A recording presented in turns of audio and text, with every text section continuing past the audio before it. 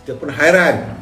Saya hairan sekarang ni, macam mana Datuk Ismail Sabri nak melayarkan bahtera yang dinakudui olehnya, itu bahtera keluarga Malaysia. Sedangkan dalam keluarga dia sendiri pun berantakan. Ini saya cakap terus terang apabila abangnya Saudara Kamal Zaman Yaakob menubuhkan Parti Kesejahteraan Rakyat.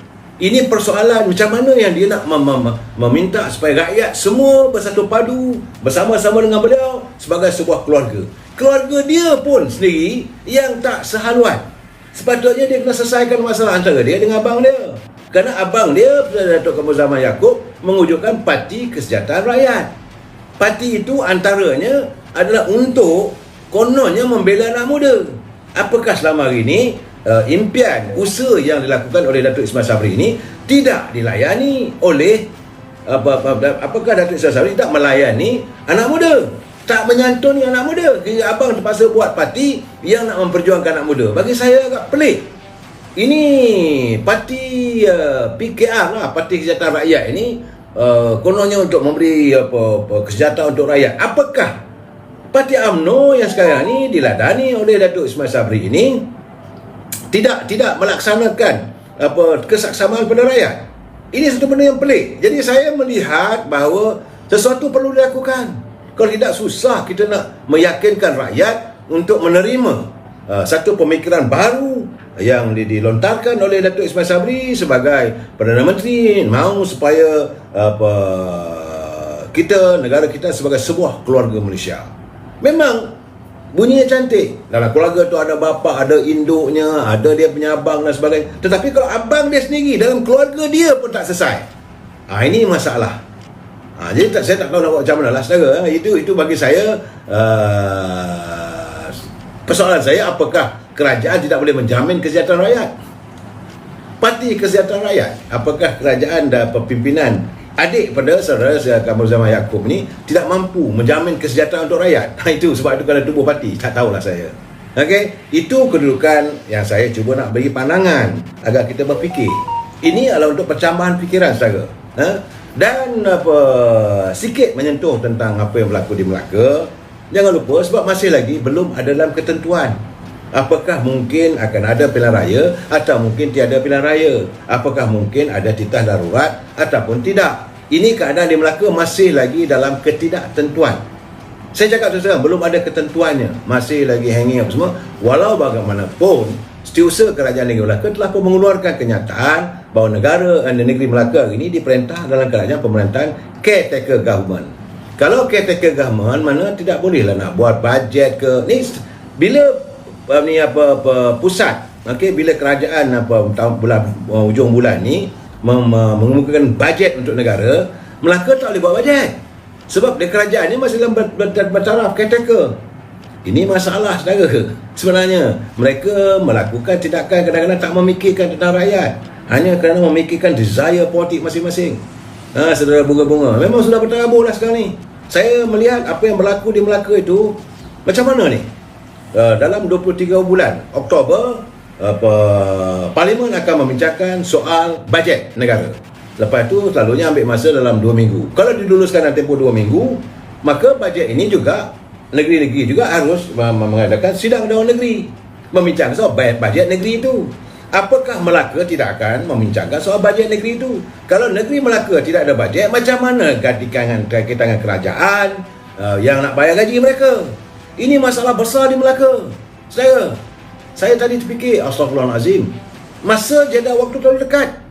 Sebab itu kadang-kadang saya merasakan kadang-kadang mereka yang melakukan onar, yang konon-konon sebagai pemimpin kan tak fikir apakah tindakan mereka itu boleh merosakkan, boleh meletakkan rakyat dalam keadaan yang tidak menentu. Sebab itu dalam perjuangan ini sebenarnya kita memerlukan kesetiaan. Saya bersetuju dengan pandangan saudara Samsul Nasarah. Dia kata bahawa kita harus memilih mereka yang setia, mereka yang mempunyai prinsip dalam perjuangan. Semua mata ini adalah demi untuk survival UMNO masa mendatang. Kita harus memilih pemimpin yang ada prinsip, yang setia pada parti diutamakan tanpa mementingkan kepentingan diri. Saudara Samsul Nasarah, Muhammad Saudara Samsul Nasarah ni ahli parlimen yang waktu dia jadi menteri, dia sanggup letakkan jawatan sebagai menteri. Itu orang yang ada prinsip. Tapi berapa ramai yang mau bersikap macam dia? Sebab itu ramanya kerana beliau merupakan orang yang tidak bersetuju bersekongkol dengan kerajaan Perikatan Nasional, maka pembentukan menteri yang baru ni, maka beliau disingkirkan. Tak tahulah saya. Sebab dia kata bagi alasan apa pun, kalau pemimpin itu tidak punya prinsip, maka tentulah negara ini akan ditabir oleh orang-orang yang tidak menentu. Saudara, saya sebenarnya hari ini nak menyantuni juga tentang pandangan teman-teman kita, iaitu saudara Muhammad Nizam Burhan. Dia bertanya saya, mengapa menteri dari PAS cepat sangat koyak, dia kata, dengan pembangkang. Bila pembangkang menyoal, mereka nak bertengkar. Ini minggu lepas tentang ada menteri daripada PAS ni, bila soal nak bertengkar, saya sanggup bertengkar. Saya pun terkejut. Ini sikap lebay-lebay ni kadang-kadang tu, bila dah jadi je menteri, baru kita nampak jelas karakter mereka. Sebelum ni nampak baik. Saya pun terkejut sebab beliau lah sahabat saya. Yang Muhammad saudara ini Idris Ahmad ni, senator, beliau waktu saya kenal di parlimen, seorang yang baik, lembut tu kan. Tapi bila dengar saya, bila soalan itu, kalau dia bergaduh dengan yang Muhammad daripada ini Kuantan, tiba-tiba begitu bicaranya, saya pun terkejut lah, tak sepatutnya lah. Jadi seorang begitu juga dia saudara Mak Syaril Sulaiman, dia bertanya tentang ahli parlimen Pendang daripada PAS mencadangkan gaji minima. Ini pun sahabat saya juga, ini Umar, ini Awang Hashim ni. Tiba-tiba dia mengeluarkan pandangan yang sebegitu. Apakah dia tahu tentang rakyat susah yang nak dicadangkan supaya gaji dikurangkan? Pagi tadi dia buat press conference apa semua, saya masih lagi tidak puas hati dengan cara begitu. Saya nampak sekarang ni, akhir-akhir ni ramai teman-teman saya yang dulunya saya melihat begitu murni jiwa mereka, begitu tinggi perjuangan mereka, tapi bila memegang jawatan, dapat jawatan sebagai timbalan menteri, dapat jawatan sebagai menteri, tiba-tiba mereka berubah sikap. Jadi saya amat khawatir.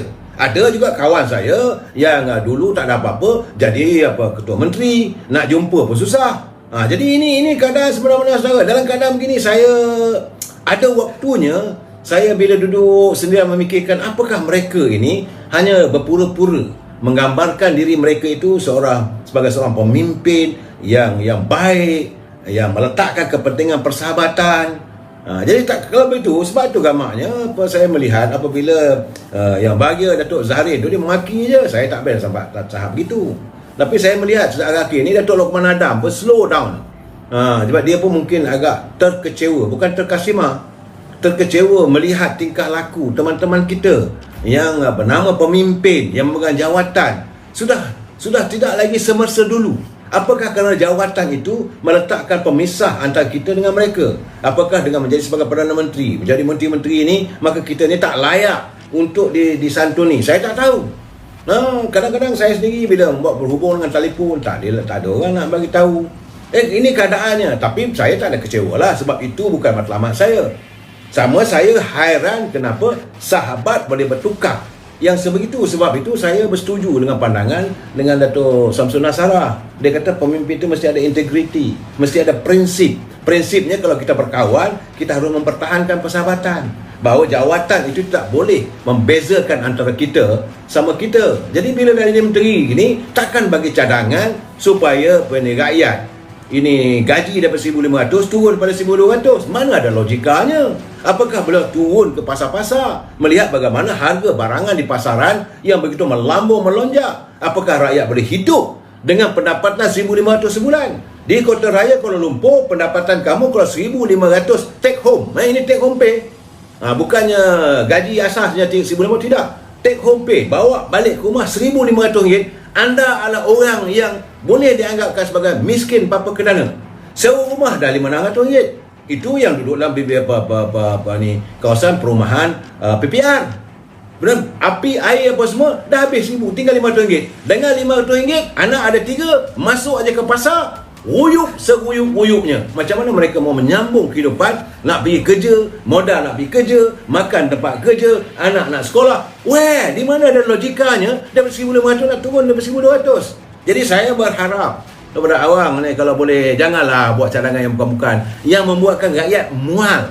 Jadi akhirnya saya nak menyentuh tentang transformasi politik dari segi PAS, tapi tak kesempatan waktu mencemburui kita. Jadi kita akan sambung besok. Kita akan bicara tentang transformasi politik yang kita lihat perbalahan sudah pun wujud dalam Parti PAS. Kita sambung lagi malam besok. Wabillahi taufiq wal hidayah. Assalamualaikum warahmatullahi taala wabarakatuh. Selamat malam.